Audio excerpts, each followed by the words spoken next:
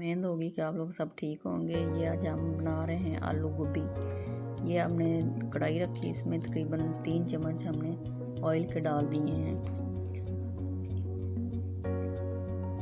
अब ये हमने तकरीबन 1 प्याज था जो काट के रखा हुआ, वो हमने अब अंदर डाल दिया।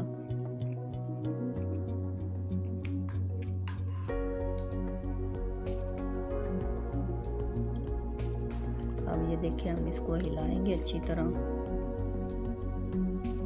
ये देखिए हमारा प्याज जो हल्का सा लाइट ब्राउन हो गया, उसमें एक लहसुन अदरक की चमची, छोटी चाय वाली चमची का पेस्ट डाल देना है। फिर हल्का सा पानी का छिड़का लगाना है, मिक्स करना है। ये 2 टमाटर हमने काटे हुए थे जो, वो हमने अब अंदर डाल दिए हैं। ये 2 हरी मिर्चें तकरीबन हमने काट के रखी हुई थी, वो भी डाल दी।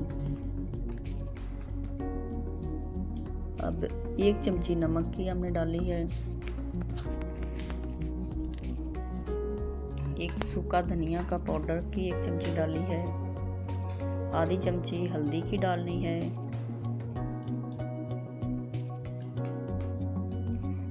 डेढ़ चम्मच लाल मिर्च पाउडर का डालना है।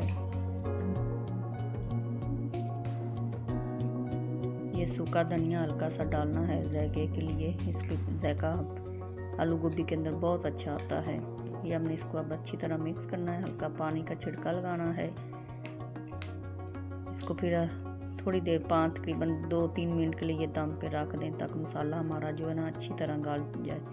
ये देखें हमारा मसाला जो है बहुत अच्छा सा गल गया है। तकरीबन हमने 4 आलू लिए थे जो हमने छोटे छोटे पीसों में काट लिए हैं। वो आप अपनी मर्ज़ी से जैसे आपको अच्छे लगे काट। हमने ये देखें इस तरह के काटे हुए हैं। तकरीबन सिर्फ 3 आलू हैं हमने लिए हैं। ये देखिए अब हम इसको अच्छी तरह भूनेंगे ताकि आलू जब अच्छी तरह भूनने जाएंगे फिर हम इसके अंदर गोभी मिक्स करेंगे।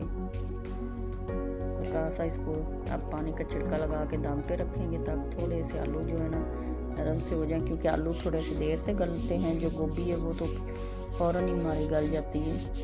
ये देखें अब हमारे जो आलू है ना हल्के हल्के गल चुके हैं। ये देखें माशाल्लाह कितने प्यारे हमारे आलूओं का कलर आ गया है। ये हल्की सी हमने अदरक काट के रखी हुई थी, वो भी हमने डाल दी। इसका आलू गोभी के अंदर बहुत अच्छा जायका आता है। आपने इसको अच्छी तरह मिक्स करना है। तकरीबन 2-3 मिनट के लिए भून लेना है।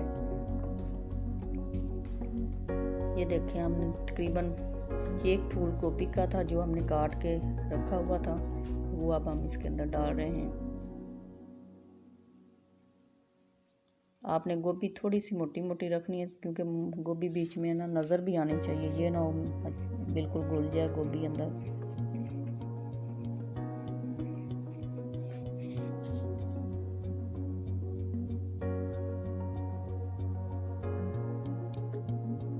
ये देखिए अब हमने जो काटी हुई गोभी थी सारी हमने इसके अंदर डाल दी। अब इसको अच्छी तरह मिक्स करेंगे। ये देखिए हमारी गोभी का कितना अच्छा कलर आ रहा है।